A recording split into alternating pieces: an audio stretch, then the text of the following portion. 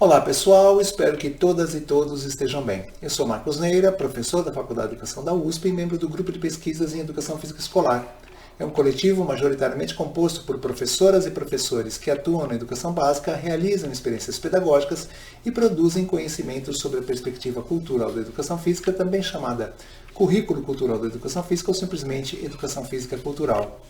E esta é a videoaula número 2 da disciplina Fundamentos Teórico-Metodológicos do Ensino de Educação Física, que, como vocês sabem, também está sendo ofertada aos estudantes e às estudantes matriculados e matriculadas na disciplina Metodologia do Ensino de Educação Física, ambas disciplinas obrigatórias do curso de Pedagogia da Faculdade de Educação da USP. E o tema desta videoaula é a produção cultural do corpo. E o objetivo é que todas possam, ao final desta videoaula, compreender a influência das culturas e o papel da escola na produção das identidades corporais. É evidente que estamos contando, como já foi dito na videoaula anterior, como já foi discutido em sala de aula, estamos contando com a leitura dos textos indicados e da participação das atividades realizadas presencialmente na sala de aula da Faculdade de Educação. Bom, nós gostaríamos de iniciar essa discussão agora, uma discussão mais conceitual, a respeito das formas de olhar e intervir no corpo. Há um trabalho muito importante publicado nos anos 80 do professor da Universidade Federal do Rio Grande do Sul, um professor chamado Silvino Santin, em que ele vai sintetizar aquelas formas conhecidas naquele momento de intervenção sobre o corpo, que também elas têm como referência formas de olhar para o corpo. Então, o professor Silvino Santin, nesse trabalho, ele vai apresentar para a gente as seguintes concepções ou formas de intervir no corpo. Concepções de corpo, ou seja, formas de entender o corpo e formas também de intervir no corpo. Então, há um conjunto grande de experiências que nós realizamos todos os dias, e também o nosso corpo sofre intervenções desse tipo todos os dias, que tomam como referência as leis da física, mais especificamente as leis da mecânica. Em muitos momentos, o nosso corpo é entendido como um sistema de alavancas, o nosso corpo é entendido como uma máquina que tem como objetivo principal realizar um trabalho. E aqui estamos entendendo o trabalho como deslocamento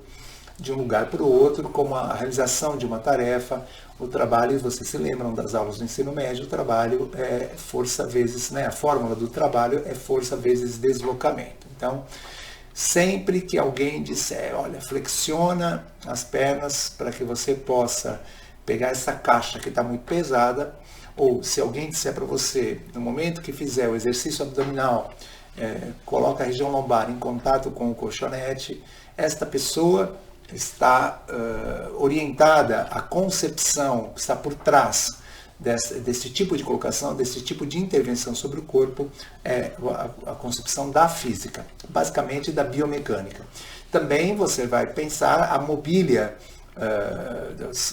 das várias instituições, desde a cadeira do dentista até o mobiliário de uma sala de aula, até o equipamento que você dispõe em casa, esta cadeira, por exemplo, que eu estou sentado, ou seja, sempre que esse material tem alguma preocupação com a ergonomia,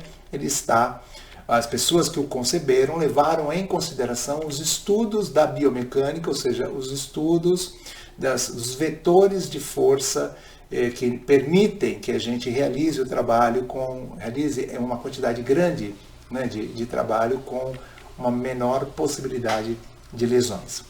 Uma outra maneira descrita por Silvino Santin de olhar para o corpo é a partir da biologia. Então, sobretudo nós, que estamos bastante suscetíveis às manifestações, às colocações, às narrativas, às falas que circulam nos meios de comunicação, sobretudo naqueles voltados para o corpo, nós estamos o tempo inteiro, ou muitas vezes por dia, nos deparando com colocações que concebem o corpo apenas a partir da biologia. Então, quando nós pensamos na quantidade de energia ingerida forma de alimento e a quantidade de energia despendida, seja para sobreviver, seja para viver, ou seja, na execução de exercícios, nós estamos sempre pensando, né, ou seja, essa síntese metabólica entre o que a gente ingere e o que a gente gasta para realizar as atividades do cotidiano, nós estamos sempre pensando a partir da biologia. Quase todas as medicações que nós ingerimos ou que são recomendadas também olham para o corpo a partir da biologia. São olhares que não são recentes, são olhares, tanto os olhares da física quanto os olhares da biologia, são olhares bastante conhecidos da humanidade, né? Então, desde a antiguidade há um olhar, vamos dizer assim, biológico sobre o corpo, e desde a antiguidade há um olhar da física para o corpo. Mas a psicologia já nos apresenta olhares bem mais recentes. E eu não tenho dúvida, posso afirmar com vocês, que grande parte das intervenções que nós identificamos nas escolas, intervenções pedagógicas que identificamos nas escolas, intervenções pedagógicas sobre o corpo que identificamos nas escolas, são sempre intervenções baseadas na psicologia. Quando nós pensamos na lateralidade, ou no desenvolvimento da coordenação motora global, ou no desenvolvimento da coordenação motora específica, quando nós pensamos no controle que as pessoas na escola têm que ter para permanecer bastante tempo em sala de aula, quando nós pensamos na aprendizagem de determinados movimentos, nós estamos sempre olhando o corpo a partir da psicologia. Entretanto, bem recentemente, ou seja, há cerca de 100 anos, mais ou menos, nós começamos a nos deparar com outras formas de entender o corpo, muito embora elas estivessem presentes na sociedade, mas a literatura passa a registrar compreensões do corpo a partir da cultura, a partir da história, a partir da sociologia, a partir da psicologia social, a partir da filosofia, a partir da política. Então, há sim um entendimento, e é este que nós vamos adotar na nossa disciplina, no nosso curso, na perspectiva da educação física que vamos trabalhar na nossa disciplina, há sim um entendimento de que o corpo é uma construção da cultura, é uma construção cultural, que o corpo é um texto da cultura, que o corpo é produzido culturalmente, como bem nos colocou a professora Silvana Goeuner neste capítulo de livro que até foi inspiração para pensar o título desta videoaula. Então, entender o corpo como produção cultural nos leva a compreender que, a depender do contexto, claro, eu disse contexto, já disse tudo, né? Ou seja, a depender do lugar, a depender das pessoas com quem a gente convive, a depender dos valores que estão lá presentes, a depender das atividades que lá acontecem, o seu corpo vai se constituir. O meu corpo, os dois, né? Os nossos corpos vão constituir-se de determinadas maneiras. E é interessante recuperar um pouquinho as origens desse pensamento e trazer para vocês alguns exemplos para que a gente não fique apenas teorizando sem uma proximidade maior com a vida, com a realidade, com o contexto que todos nós enfrentamos. Nesse texto, Marcel Mauss descreve um conjunto bastante diversificado de atividades do nosso cotidiano que ele vai identificar como técnicas corporais e que são técnicas transmitidas de geração a geração, são técnicas aprendidas na observação e na tentativa e erro, mas são técnicas específicas de determinados grupos sociais. Mas é muito interessante recuperar a história, ou seja, o que levou esse sociólogo francês a pensar dessa maneira. Como vocês bem sabem, na Primeira Guerra Mundial, a Primeira Guerra Mundial foi um conflito marcado pelo corpo a corpo, pelo combate em terra, e também com tanques, e também com cavalaria, né? Mas seja pelo combate em terra, e que os soldados da infantaria empregavam pás. O instrumento era importante, pá no seu equipamento, justamente para poder cavar as trincheiras. Num determinado momento, o pelotão no qual servia Marcel Mauss, ele recebeu um carregamento de pás da Inglaterra, eram pás inglesas, e ele observou que tanto ele quanto os seus colegas, seus companheiros de pelotão, tinham dificuldades de cavar com a empunhadura inglesa, uma vez que eles eram soldados franceses e haviam sido habituados, acostumados, treinados a cavar com outro tipo de empunhadura, com outro tipo de pá. Marcel Mauss, o conflito termina, Marcel Mauss volta para a França, segue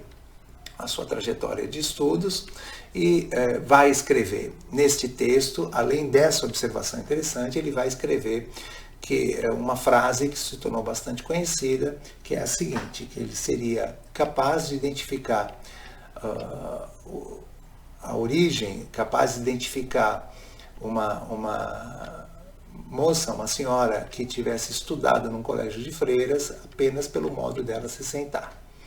Então, claro que esta é uma frase que hoje pode parecer estranha e um tanto quanto caricata, mas se a gente pensar naquele contexto, o que Marcel Mauss estava nos querendo dizer é que a educação imprime marcas nos corpos e que estas marcas, elas são marcas de classe social também. Então, a partir dessa discussão, nós podemos dizer hoje, ou seja, é uma discussão que inicia lá com Marcel Mauss, mas que tem muitos outros trabalhos importantes, como esse que eu acabei de citar há pouco, do Silvino Santin. Hoje nós podemos dizer que o corpo possui marcas de classe, de gênero, de orientação sexual, de local de moradia, de território, de ocupação profissional, de religião. Ou seja, o corpo é perpassado por determinadas relações que vão constituindo e que vão configurando de uma certa maneira. Se você é professora de educação infantil e se você permanece na sala de educação infantil por bastante tempo, você vai perceber que com o passar do tempo, uma determinada região do seu corpo, ou seja, a região lombar, aqui na base da coluna vertebral, ela, se você não cuidar um pouco disso, você vai acumular uma série de dores. A depender da profissão, determinadas regiões do corpo são mais exigidas do que outras. Professores que exercem hoje, como eu atuando na educação superior, já não atuo mais com as crianças, então o meu corpo tem marcas agora que naquele momento não tinham. Então eu me habituei a tomar água durante as aulas, me habituei a usar a voz de uma determinada maneira, porque durante muito tempo, no começo do ano letivo, eu perdi a voz em função da exigência que eu fazia para falar alto, para conseguir me comunicar, etc, etc, etc. Então, cada profissão vai marcando o corpo de uma determinada maneira, cada forma de lazer vai marcando o corpo de uma determinada maneira, cada território que você habite, cada maneira cada grupo que se comunica de uma forma, e por aí vai, por aí vai, por aí vai. Então, é importante a gente pensar não mais o corpo a partir da física, nem mais o corpo a partir da biologia, muito menos a partir da psicologia, mas pensarmos como podem ser as intervenções pedagógicas, pensarmos como podem ser não só as aulas de educação física, mas tudo aquilo que a escola faz, uma vez que a escola é uma instituição que vai fazer intervenções diretas no corpo, pensarmos a partir dessa discussão da cultura, ou seja, como o nosso corpo reflete a cultura, como o nosso corpo também promove mudanças, num certo sentido, na cultura. Então, é sempre interessante lembrar os casos, de todos aqueles casos de pessoas que se perderam das suas famílias e que foram, num certo sentido, alimentadas e cuidadas, se é que é possível pensar dessa forma, cuidadas pelos animais, como essas pessoas não desenvolveram aquilo que hoje nós entendemos como uma gestualidade que caracteriza os seres humanos. Então, os casos, dentre os vários casos relatados na literatura, sem dúvida, o mais conhecido e o mais detalhado é o caso das irmãs que foram encontradas sobrevivendo junto aos lobos, a Mala e Kamala, lá no começo do século XX, e nestas imagens é possível perceber que elas tinham muita dificuldade de se deslocar em bipedia, ou seja, elas se deslocavam em quadrupedia, elas tinham, segundo descrevem os relatórios, elas tinham hábitos noturnos, elas não desenvolveram mesmo na convivência depois, né, em instituições voltadas para o cuidado, né? Ou seja, elas não desenvolveram relações afetivas mais intensas com as pessoas que cuidavam delas. Elas viveram bem pouco tempo depois que foram recuperadas, vamos dizer assim, resgatadas, né, daquele ambiente com os lobos, e passaram a viver em orfanatos e instituições dedicadas ao cuidado lá no começo do século XX. Então, as imagens de Amala e Kamala nos mostram que a gestualidade, ou seja, essa marca tão impressionante que todos nós carregamos, a gestualidade, as formas de se expressar, as formas de se deslocar, ou seja, as formas de viver, elas são marcadas pela cultura. E é importante fazer esse destaque porque a cultura vai marcando os nossos corpos de diferentes maneiras. E é importante deixar esse destaque porque, às vezes, nós podemos pensar que piscar, que dar de ombros, que abrir os olhos, olhar nos olhos das pessoas, etc., que isso eram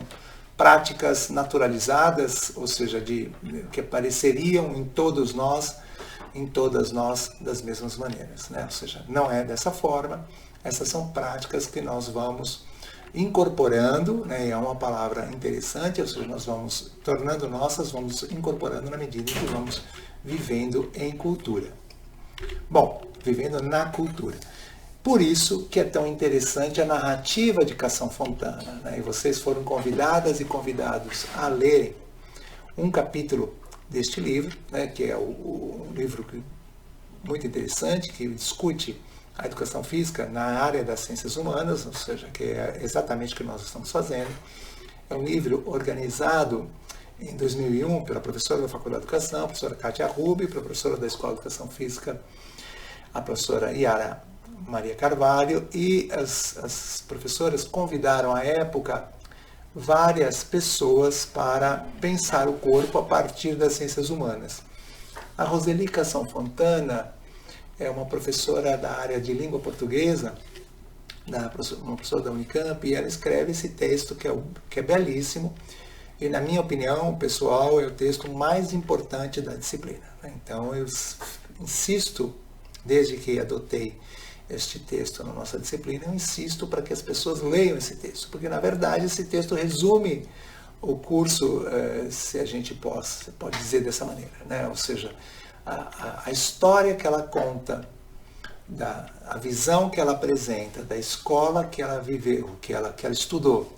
enquanto criança e jovem, e das experiências que ela acumulou, e como aquelas experiências, não só as experiências nas aulas de educação física, mas também como as aulas de língua inglesa, e como tudo que acontecia envolvendo a leitura, como essas situações vão constituindo o corpo,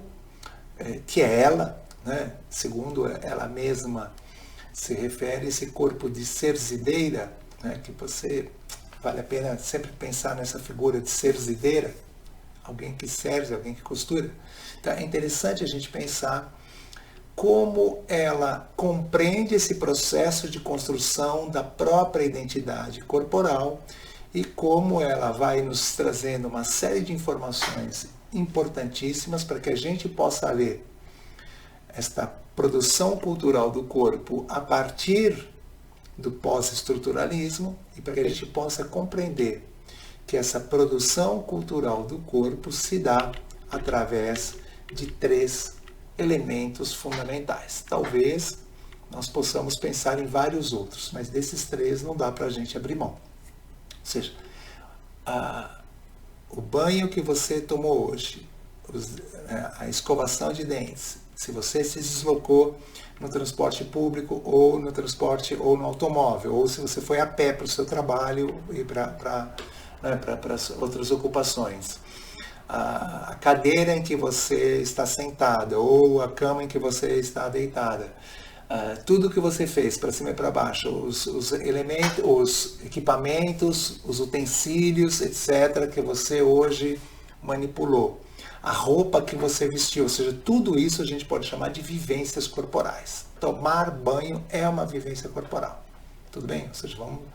eu vou me constituindo sujeito, meu corpo vai se constituindo na cultura também ao tomar banho de água quente ou de água fria, de manhã ou de tarde ou de noite e assim por diante. Um outro elemento interessante que aparece no texto dela, ou seja, aparece a partir do texto dela, não está escrito dessa maneira, mas é que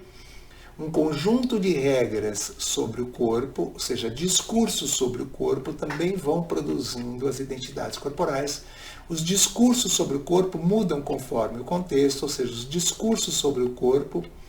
são dirigidos ao corpo e vão regulando o corpo de uma certa forma. Então, é possível dizer que, ao lado das vivências, os discursos sobre o corpo também constituem os corpos das pessoas. Por isso que ela escreve no seu texto que o corpo da professora de língua inglesa,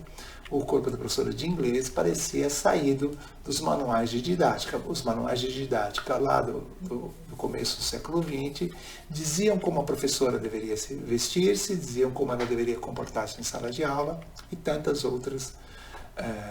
normativas sobre o corpo. E, finalmente, a partir do texto da Roseli Casal Fontana, a gente também consegue inferir que as experiências estéticas vão constituindo o nosso corpo de uma certa maneira. Basta a gente lembrar que ela se sentia embalada pela fala da professora, ela se sentia assim, envolvida pela leitura de uma certa maneira, né? Ou seja, quando ela se colocava para ler, ela desfrutava da leitura de certas obras e certos romances de uma determinada maneira, ou seja, há uma experiência estética em várias situações do nosso cotidiano que vão constituindo, ou seja, esse conjunto de experiências estéticas vão constituindo o nosso corpo, vão produzindo culturalmente o nosso corpo de uma certa maneira. Então, é importante a gente recuperar essas questões, né? Ou seja, o corpo como construção cultural, o corpo como todo sujeito, toda pessoa vai se constituindo culturalmente, o corpo de toda pessoa vai se constituindo culturalmente através das vivências corporais, através dos discursos e através das experiências estéticas. Então, penso que reunimos aí informações interessantes, o primeiro ponto de partida da nossa discussão conceitual, e que vocês verão que nós vamos retomar estas questões até o fim do curso. Então, era isso por hoje. Fiquem bem, se cuidem muito. Nos encontramos na próxima terça-feira. Um abraço a todas e todos.